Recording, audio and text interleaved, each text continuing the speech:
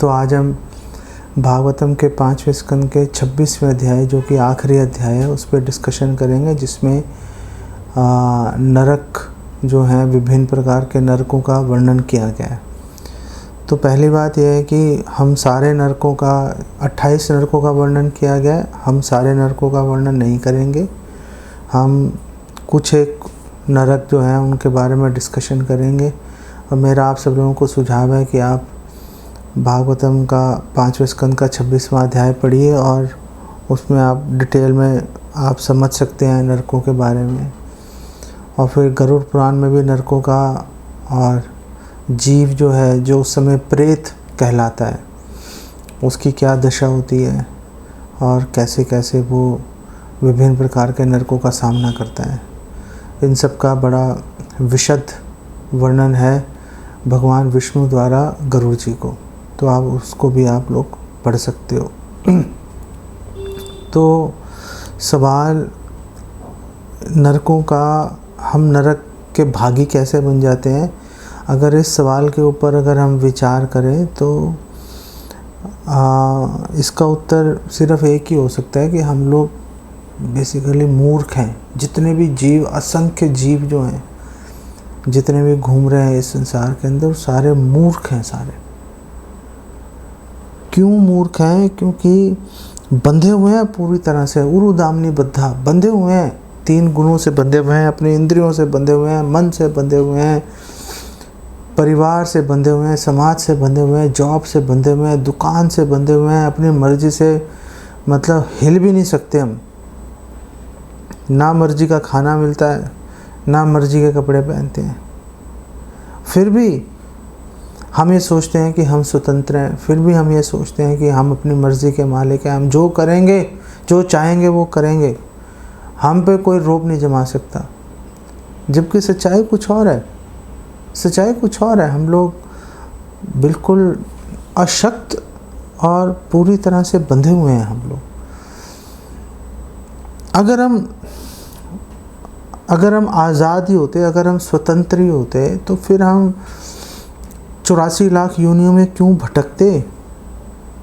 फिर हम पहले इस संसार में दुख क्यों पाते? फिर इस संसार में दुख भोगते भोगते फिर नरक गामी क्यों हो जाते? फिर नरकों में जाके हम लोग दुख क्यों झेलते? तो उत्तर यही है कि हम स्वतंत्र नहीं हैं, हम लोग बंधे हुए हैं। लेकिन क्योंकि हम लोग ये सोच रहे हैं, कि हम स्वतंत्र हैं, हमें कोई हमारे पे जो है रोब नहीं जमा सकता, बस इसी एक चक्कर के कारण हम लोग फंस जाते हैं। तो बिल्कुल इस अध्याय के शुरू में एक प्रश्न उठाया गया था। और प्रश्न उठाया था कि जो जीव है, परीक्षित महाराज पूछ रहे हैं, जो जीव है वो आखिर ये दुख क्यों झेल रहा है, नरक का सामना क्यों कर रहा है, क्यों यातनाएं सह रहा है, इसका कारण क्या है? मतलब क्यों झेल रहा है? वो नहीं झेलना चाहिए ना। भगवान सच्चिदानंद है, जो आत्मा है वो भगवान की अंश है। आत्मा वो भी सच्चिदानंद है। चाहे क्वांटिटी छोटी है, क्वालिटी में तो गुणों की दृष्टि से देखे तो सेम ही है, सच्चिदानंद है। भगवान अजर अमर है, आत्मा अजर अमर है। तो फिर क्यों मतलब दुख और नरक का सामना करना पड़ रहा है उसको? तो शुकदेव गोस्वामी बिल्कुल शुरू में बोल रहे हैं, नास्तिकता के कारण। जीव नास्तिक होता है। इनफैक्ट जो अपने आप को धार्मिक भी समझते हैं, वो भी पूरी श्रद्धा उनकी भगवान के अस्तित्व में नहीं होती, पूरी श्रद्धा नहीं होती। वो अपनी सुविधा के अनुसार भगवान को अपने जीवन में ले आते हैं, अपनी सुविधा के अनुसार उनको साइडलाइन कर देते हैं। जो उनको करना होता है, जो उनके मन में एक बार उन्होंने ठान लिया है ये करके रहूँगा, वो करके रहेगा, वो चाहे शास्त्र सम्मत है चाहे शास्त्र विरुद्ध है। तो भगवान को हम लोग मानते हैं, भगवान है, भगवान को मानते हैं हम, लेकिन पूरी श्रद्धा नहीं है। भगवान हम अपनी मतलब सुविधा के अनुसार भगवान से हम आदान प्रदान कर रहे हैं, ये भी मतलब एक नास्तिकता ही है। ये भी नास्तिकता ही है। श्रील प्रभुपाद ने कई बार मतलब अपने शिष्यों को बोला, उनके शिष्य श्रील प्रभुपाद के डिसाइपल सोचते थे कि हम तो अब डिवोटीज हो गए, ये इम्पर्सनलिज्म, निराकारवाद, मायावाद सब बेकार है, हम डिवोटीज हैं। प्रभुपाद ने बोला तुम भी मायावादी हो, तुम भी निराकारवादी हो भाई, अभी बहुत मेहनत करनी पड़ेगी तुम्हें।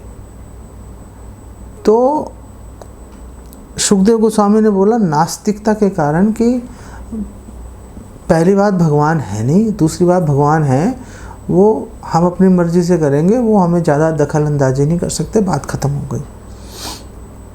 जब जीव भगवान के अस्तित्व को, भगवान की सत्ता को, भगवान के प्रभाव को नकारता है, फिर स्वच्छंद व्यवहार करता है, स्वच्छंद व्यवहार करता है, कर्म बंधन में फंस जाता है।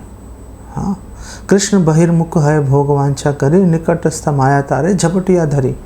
ऐसे पास ही माया खड़ी है, जब तक भगवान के शरण में चल रही है बात भाई, लेकिन जैसे ही जीव ने सोचा मैं तो स्वच्छंद व्यवहार करूँगा, माया पकड़ लेती है उसको, आजा बेटा तेरे को स्वच्छंद व्यवहार करवाते हैं। तो माया उसको पूरा जाल में बांध देती है, लेकिन उसको ऐसा उसके दिमाग में एक छवि, एक इम्प्रेशन, एक विचार डाल देते हैं कि भाई तू स्वतंत्र है, भाई तू अपनी मर्जी का मालिक है। नाच वो माया के इशारे पर आए, लेकिन सोचता है कि मैं स्वतंत्र हूँ। तो फिर परीक्षित महाराज ने क्वेश्चन पूछा अगला, उन्होंने कहा कि ये नरक है कहाँ पर? क्योंकि ये एक ऐसा प्रश्न है, ये प्रश्न इस संसार में हर कोई पूछ रहा है। एटलीस्ट जो धार्मिक प्रवृत्ति के लोग हैं वो पूछे। नास्तिक को तो कोई लेना देना नहीं नरक से, स्वर्ग से। नास्तिक तो मतलब वो तो हर चीज़ को नकार रहा है। वो तो ये सोचता है कि ऋणम कृत्वा घृतम पिबेद यावत जीवेत सुखम जीवेत, कि चोरी करो, डाका डालो, भीख मांगो, लेकिन विलासितापूर्ण जीवन बिताओ, मर गए भस्मीभूतस्य देहस्य पुनरागमनो कुतो भवेद। और कौन आएगा वापस? किसने पुनर्जन्म देखा है? जो करना है, जो मौज लेनी है अभी ले लो भाई, बात का कोई गारंटी नहीं है। ख़त्म हो गई, बात ख़त्म हो गई, शून्य। तो जो धार्मिक लोग हैं वही इस क्वेश्चन के ऊपर लगे हुए हैं, वही इस क्वेश्चन के ऊपर लगे हैं कि भाई ये नरक है कहाँ पर? तो परीक्षित महाराज ने पूछा क्या ये नरक, ये जो ब्रह्मांड है, 14 लोक हैं इसके अंदर, ब्रह्मांड के बाहर है या ब्रह्मांड के अंदर है, या ये जो मृत्यु लोक है, पृथ्वी लोक है, इसी के ऊपर जो है ये नरक, अलग अलग जगह पर नरक बने हुए हैं, उसी के अंदर रह रहे हैं। बहुत सारे लोग बोलते हैं स्वर्ग भी यहीं, नरक भी यहीं, जो भी सुख दुख है यहीं भोगोगे। नहीं भाई, यहाँ पर भी सुख दुख भोगोगे और नरक में भी दुख ही दुख भोगोगे, दोनों चीज़ें हैं। यहाँ पर भी अपने कर्मों के अनुसार जो भी है भोगना पड़ेगा, वहाँ भी भोगना पड़ेगा। तो सुखदेव गोस्वामी ने बोला कि नरक लोग जो हैं, तो पृथ्वी लोक से नीचे 7 लोग हैं, तलातल, रसातल, महातल और ये सब हैं, और लास्ट में सबसे नीचे है पाताल। और फिर पाताल से नीचे है गर्भोदक समुद्र, जहाँ पे गर्भोदकशाही विष्णु निवास करते हैं। तो गर्भोदक समुद्र और पाताल के बीच में जो स्पेस है वहाँ पर नरक स्थित है, वहाँ पर ये जो नरक लोग सारे हैं। और उसी जगह पर उसके आसपास ही जो है पितृलोक भी वहाँ पर है। और जो नरक लोक के नियंता हैं यमराज जी, वो पितृ गणों के राजा हैं, तो पितृलोक में रहते हैं, उनका रेजिडेंस वहाँ पर है और ऑफिस उनका नरक लोक के अंदर है। तो क्वेश्चन ये है कि कितने तरह के नरक हैं, कितने तरह के नरक हैं? तो बिल्कुल आखिर में इसका आंसर देते हैं सुखदेव गोस्वामी कि लाखों तरह के हैं। एवं विधा नरका यमालये संति शतशः सहस्त्रशः, कि हजारों को 100 सैकड़ों से गुना करो, इतने नरक हैं, लाखों करोड़ों नरक हैं भाई, लाखों करोड़ों नरक हैं। तो उन नरकों में से, उन लाखों करोड़ों नरकों में से जो है शुकदेव गोस्वामी यहाँ पर 28 नरकों का वर्णन कर रहे हैं। जो थोड़े लोकप्रिय नरक हैं उसी का वर्णन कर रहे हैं, बाकी मतलब बहुत सारे नरक हैं। तो जब भी किसी प्राणी की मृत्यु होती है उसको यमदूत पकड़ के लाते हैं और फिर यमराज जी देखते हैं कि हाँ इसका क्या अकाउंट चल रहा है, इसका क्या बैलेंस है, उसके हिसाब से उसको दंड दिया जाता है, विभिन्न नरकों में भेजते हैं। तो उसके जब पाप देखे जाते हैं उसके अनुसार फैसला होता है। पाप क्या है? भगवान की आज्ञा का उल्लंघन करना, धर्म का उल्लंघन करना पाप है। और धर्म क्या है? धर्मम तो साक्षात भगवत परिणीतम, भगवान की आज्ञा ही धर्म है। भगवान की आज्ञा धर्म है, बाकी अधर्म या पाप है। जो भगवान की आज्ञा का, विधि विधानों का उल्लंघन करेगा वो पाप के अंदर फंस जाता है और फिर पिसना शुरू हो जाता है।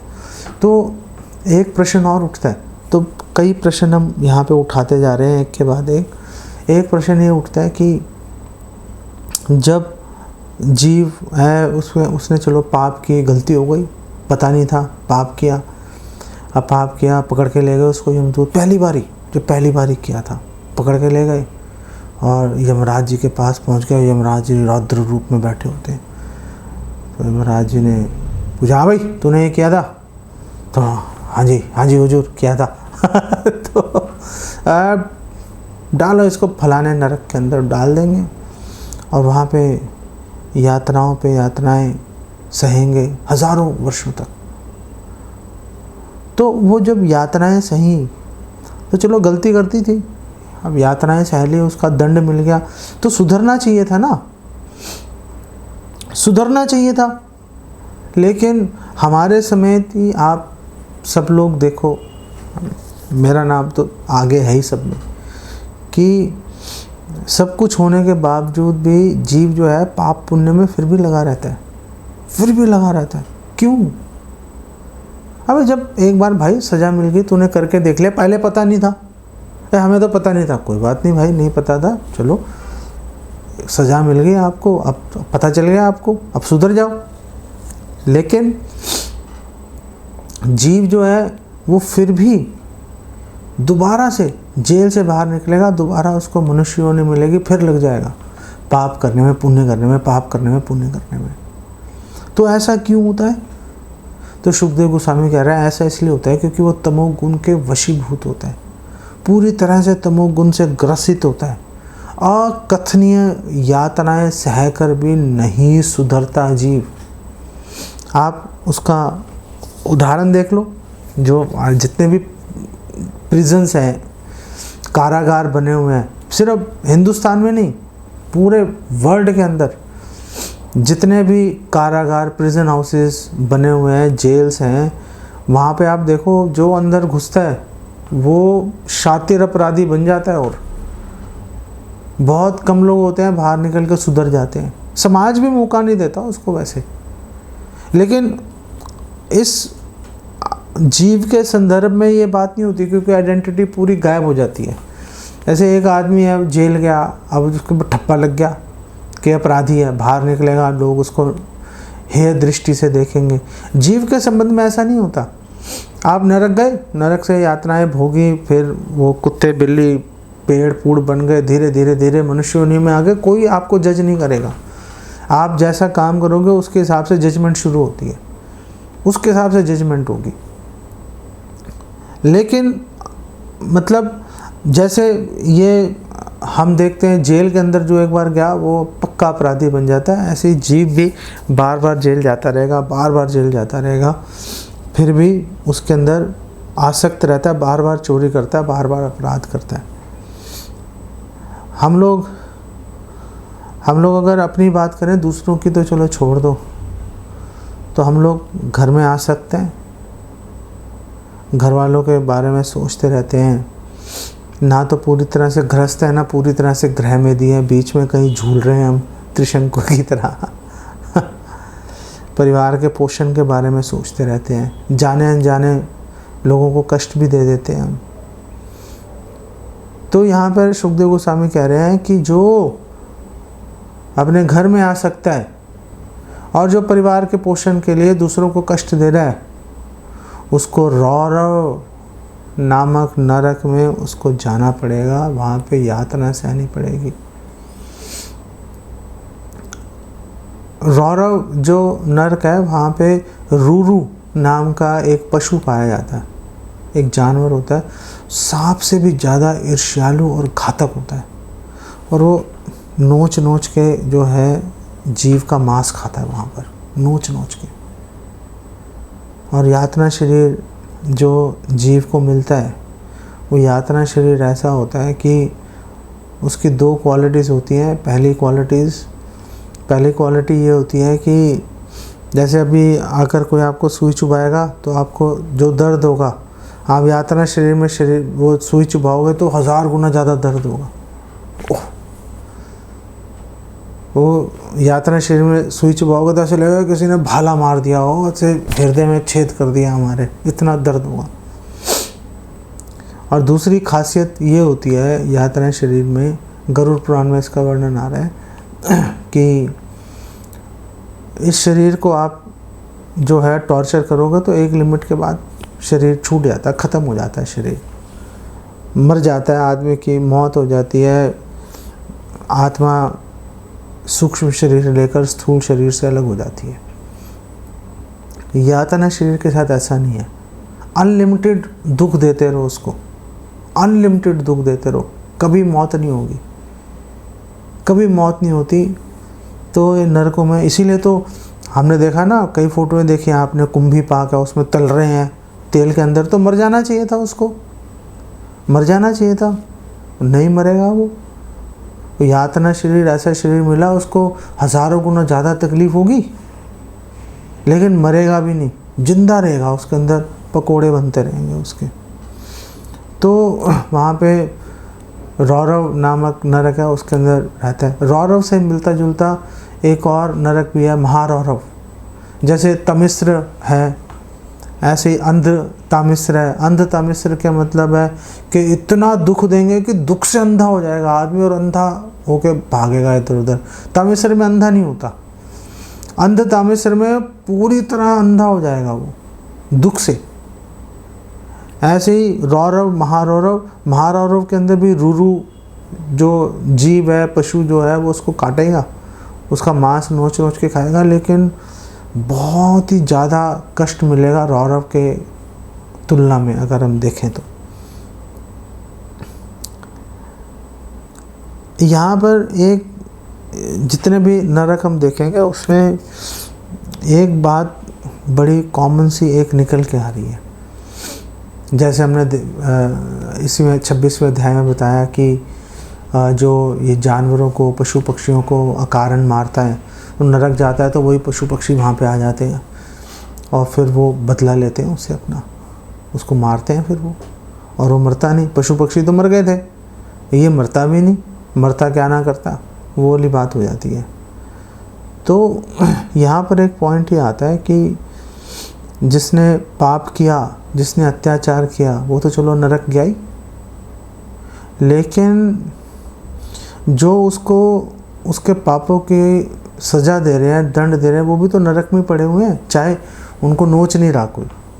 मान लेता हूँ रूरू है, फॉर एग्ज़ाम्पल, रूरू जो है दूसरे को नोच रहे हैं, लेकिन उसको कोई नहीं नोच रहा, मान लिया, लेकिन है तो नरक के अंदर, है तो नरक के अंदर ही, जो नारकीय स्थिति के अंदर ही तो रहना पड़ रहा है। इसकी जो क्यों ऐसा हो रहा है, इसका जो आंसर है वो भागवतम के शुरू में दे रखा है। ये बहुत ही कमाल की बात है, बहुत ही कमाल की बात है। ये बात समझ ली, आपका दृष्टिकोण ऐसे बदल जाएगा, आपका जीवन के प्रति, डिवोशन के प्रति, भक्तों के प्रति। जो डिवोटीज़ को प्रॉब्लम्स होती हैं, समस्याएं होती हैं भक्तों के साथ में, हम उससे मैं ऐसा बोल दिया, वैसा बोल दिया, सब खत्म हो जाती हैं वो प्रॉब्लम, अगर ये एक बात समझ ली।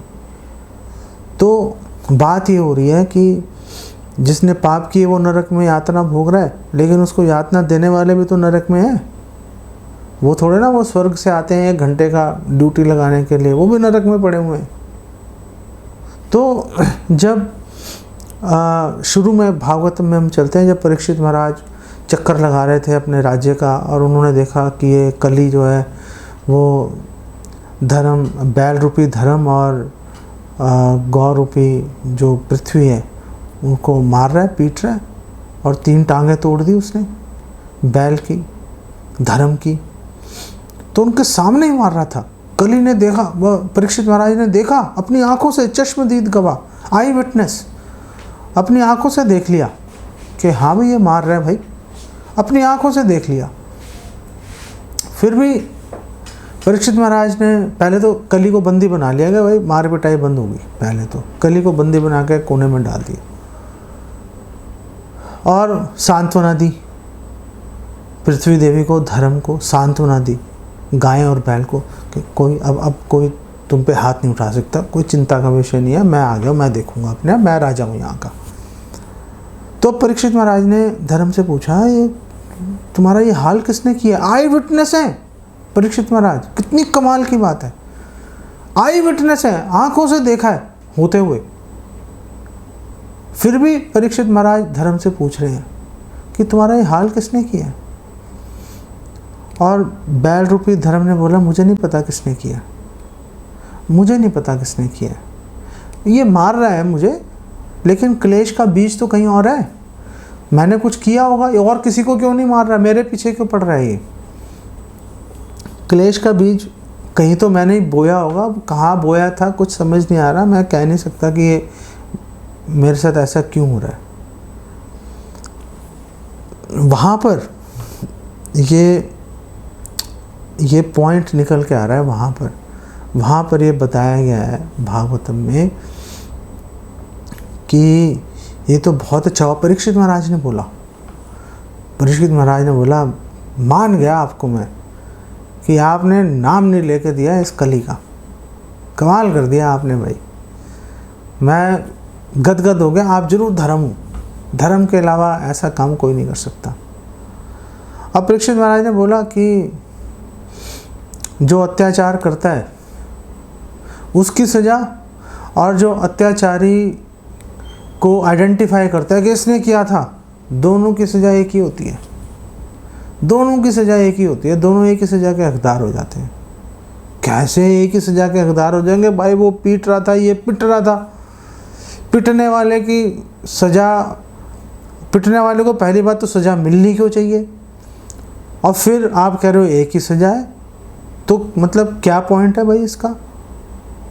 तो वहाँ पे हमारे आचार्य से एक्सप्लेन करते हैं, क्योंकि उसने दूसरों पे दोष लगा दिया जबकि गलती उसकी अपनी थी। आत्म भुंजान एव आत्मकृतम विपाकम, अपने ही पाप कर्म को भोग रहा था और दूसरे पे इल्ज़ाम लगा रहा है। भाई क्यों लगा रहा है दूसरे पे इल्ज़ाम? ये क्यों नहीं सोचता कि मेरे पाप थे मेरे सामने आ गए? ये क्यों नहीं सोच रहा भाई? तो दूसरे पे इल्ज़ाम क्यों लगाया? वो इल्ज़ाम लगाया दूसरे को, अब जिसने उस पे अत्याचार किया था, अत्याचारी को बोला कि ये इसने किया था जी मेरे साथ में, वो भी उसी सज़ा का हकदार हो जाएगा। ये हम 5वें अध्याय के स्कंद के 26वें अध्याय के अंदर हम देख पा रहे हैं इसको,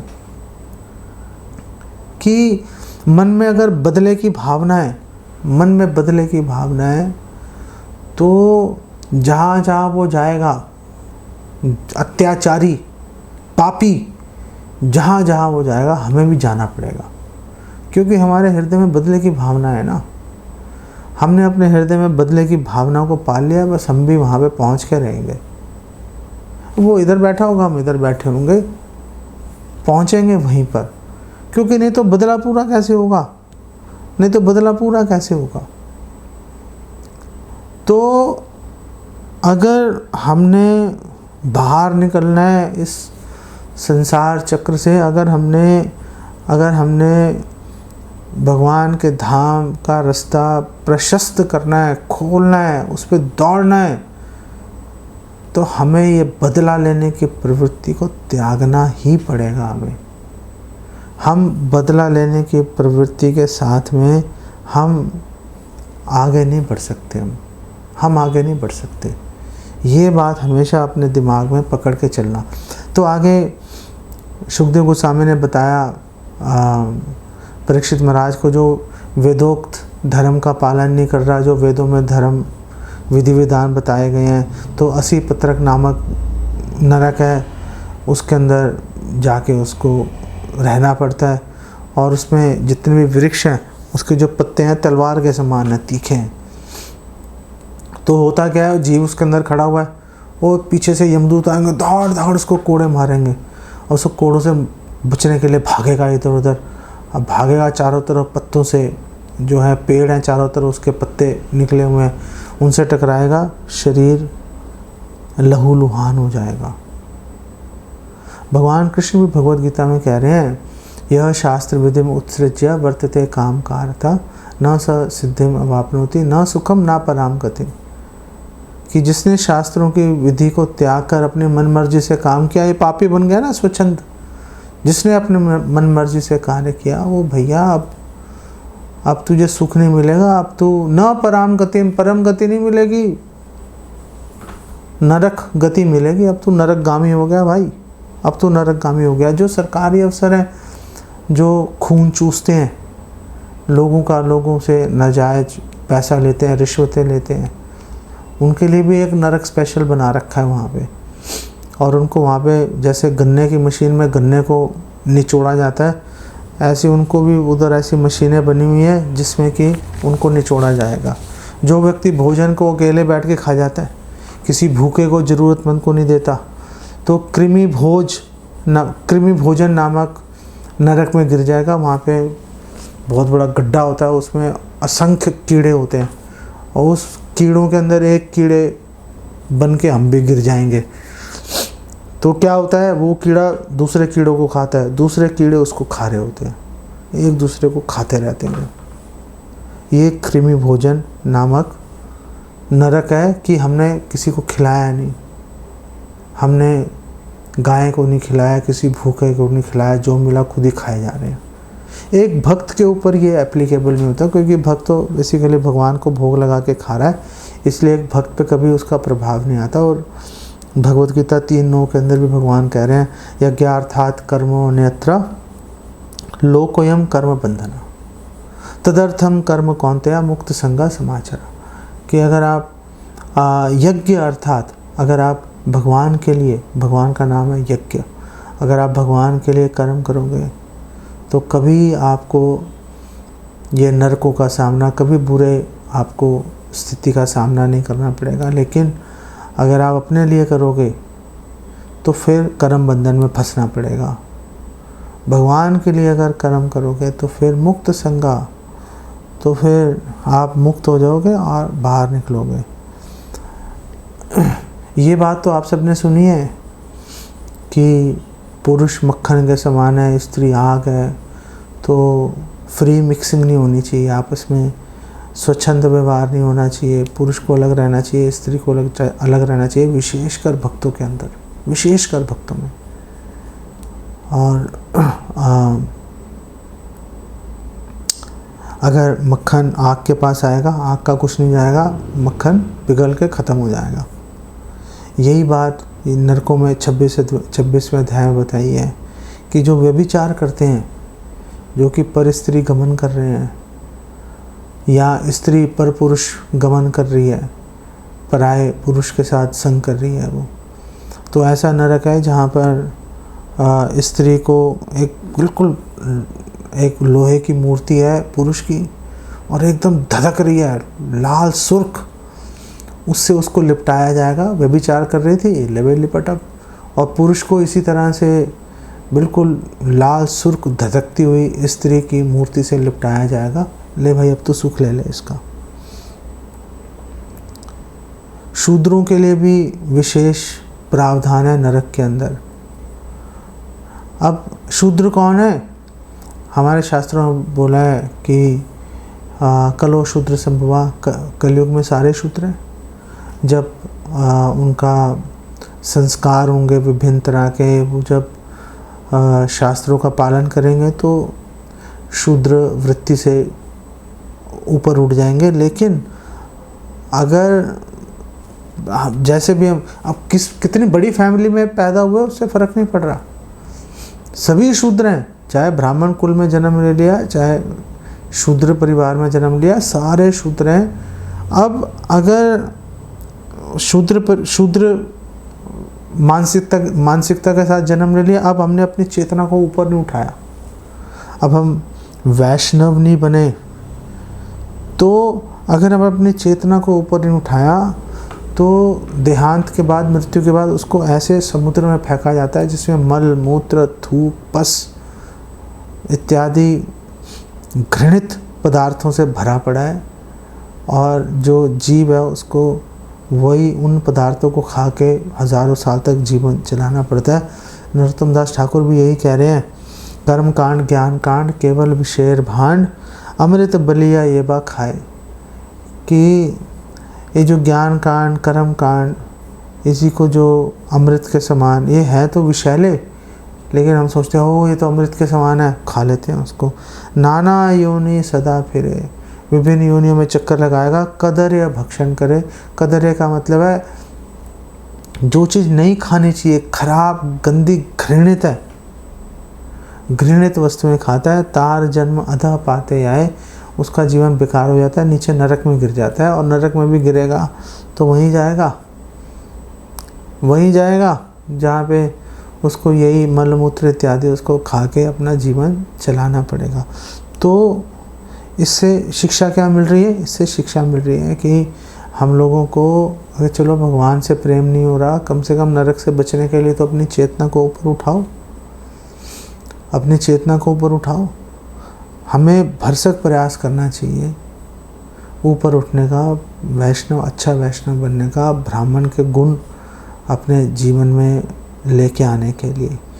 इसका मतलब ये भी है कि जो जाति है, जाति जन्म से निर्धारित नहीं होती, गुण और कर्मों से निर्धारित होती है। चतुर्वर्णया मया सृष्टम गुण कर्म विभागशः। भगवान कृष्ण भगवद गीता में बोल रहे हैं कि जो जाति है वो गुण और कर्मों पर से निर्धारित होगी, जन्म से निर्धारित नहीं होगी। बिल्कुल यही बात यहाँ पर देखो कनेक्ट हो रही है, बिल्कुल यही बात यहाँ पे कनेक्ट हो रही है। अगर आपने किसी का अपमान किया तो उसका तो दंड मिलेगा, चलो भाई इंसल्ट कर दिया, दंड मिलेगा। लेकिन अगर अपनी महानता पर घमंड हो गया, अहंकार हो गया अपनी महानता के ऊपर, और क्योंकि अपनी महानता कोई भी चीज़ हो सकती है, चाहे सुंदरता हो, चाहे धन हो, चाहे एजुकेशन हो, चाहे अच्छा कुल हो, किसी भी बात से अहंकार आ गया, महान है, हम तो महान है भाई, अहंकार आ गया और दूसरे को सम्मान नहीं दिया तो भी नरक जाना पड़ेगा। अपमान नहीं किया आपने, बस सम्मान नहीं दिया तो भी नरक जाना पड़ेगा, घोर कष्टों का सामना करना पड़ेगा। इसलिए चैतन्य महाप्रभु बोल रहे हैं, त्रिनादपि सुनिचैन तरोरपि सहिष्णु ना अमान ही ना मान देन। खुद कभी सम्मान मत लो और दूसरों को सम्मान दो। कीर्तनी सदाहरि, तब हरि कीर्तन कर पाओगे। ये जो पॉइंट है बहुत महत्वपूर्ण है कि बहुत ही विनम्र भाव से हमें अपना इस भौतिक संसार में जीवन यापन करना चाहिए। अगर आपके घर में मेहमान आया, आपने किसी बात पे कोई कहा सुनी होगी, आपने उसको ऐसे आंख दिखा दी, ऐसे करके, ऐसा कैसे कर दिया तुमने, ऐसा कैसे कह दिया, तो ऐसे नरक में जन्म लेना पड़ेगा, ऐसे नरक में जाना पड़ेगा जहाँ पे इतनी बड़ी बड़ी आँखें होंगी, एक इधर इतनी बड़ी आँख, एक इधर इतनी बड़ी आँख, और फिर दूर से वो पक्षी उड़ते हुए आएंगे, उनकी इतनी लंबी लंबी चोंचें होंगी और टक से आँखों में चोंच मारेंगे वो भाई क्योंकि हमने मेहमान को आंखें दिखाई थी, हमने उसी कारण से मेहमान को आंखें दिखाई। सो ऐसे अनेक नरक हैं जिनका और कईयों का मैं वर्णन कर नहीं सकता, आपको खुद ही पढ़ना पड़ेगा। और कई मैंने छोड़ दिए कि आप लोग उसको पढ़ लीजिएगा खुद ही, और मन में कुछ तो डर आएगा तो हो सकता है थोड़ा सा सावधानी बरतना शुरू कर दें। तो सुखदेव गोस्वामी कह रहे हैं कि जो धार्मिक लोग होते हैं, जो पुण्यशाली लोग होते हैं, वो तो नरक नहीं जाते, वो तो स्वर्ग जाते हैं। तो जो यमपुरी है उसके अंदर घुसने के 4 द्वार होते हैं, उसमें 3 द्वारों से जो पुण्यशाली धार्मिक लोग हैं वो जाएंगे, और चौथा द्वार जो कि दक्षिण दिशा की ओर है यमपुरी की, उसमें से जो पापी होते हैं हमारे जैसे, वो उसके अंदर से प्रवेश करेंगे और यमराज जी का सामना करना पड़ेगा उस। तो जो हमने शुरुआत की थी आज की डिस्कशन की कि मतलब सबसे बड़ी हमारी मूर्खता क्या है, तो हमने सोचा था कि सबसे बड़ी मूर्खता यही है कि भाई हम लोग बंधे हुए हैं लेकिन सोचते हैं कि हम लोग आज़ाद हैं, स्वतंत्र हैं। तो शुरुआत कहाँ से होगी? शुरुआत यहीं से होगी कि हमें ये सोचना पड़ेगा कि हम प्रकृति के 3 गुणों से बंधे हुए हैं। प्रकृति क्रियमाणानि गुणे कर्माणि सर्वशः। जो भी हम काम कर रहे हैं प्रकृति के 3 गुणों के अंदर बंध के हम वो कार्य कर रहे हैं। हमारे सारे काम सतोगुण रजोगुण तमोगुण से प्रेरित हैं, इसीलिए हमें 3 फल मिलते हैं, सुख दुख और मिश्रित। सतोगुण में काम करेंगे सुख मिलेगा, तमोगुण में काम करेंगे दुख मिलेगा, रजोगुण में काम करेंगे थोड़ा सुख थोड़ा दुख, यही चलता रहेगा हमें। तो आध्यात्मिक जीवन की शुरुआत होगी जब हम ये समझ लेंगे कि हम बंधे हुए हैं, हम मूर्ख हैं, हमें मार्गदर्शन की आवश्यकता है। जैसे ही ये बात हमारे दिमाग में आएगी वो टर्निंग पॉइंट आ जाएगा, वहाँ से हम फिर एक आशा की किरण खड़ी हो जाती है कि अब हो सकता है हमें बार बार नरकों का सामना ना करना पड़े, अब भगवत धाम जाने का, भगवान की सेवा में जुड़ने का रास्ता अब शायद खुल गया, अब शायद खुल गया। तो यहाँ पे 5वां स्कंद ख़त्म हो गया। और फिर क्योंकि इतने भयंकर नरकों का वर्णन किया तो उसको सुनकर परीक्षित महाराज पर क्या असर हुआ, और परीक्षित महाराज ने आगे शुकदेव गोस्वामी से क्या ऐसी जिज्ञासा की जिसके ऊपर शुकदेव गोस्वामी ने बहुत ही एक अद्भुत कथा सुनानी शुरू कर दी, जो कि आप सब लोगों ने सैकड़ों बार सुनी हुई है। आपको दोबारा सुनने का मौका मिल सकता है। ये सारे डिस्कशन अगली बार करेंगे हम लोग। यहाँ पे विराम देते हैं। आप लोग कुछ क्वेश्चन पूछना चाहो तो आप क्वेश्चन पूछ सकते हो। हरे कृष्णा।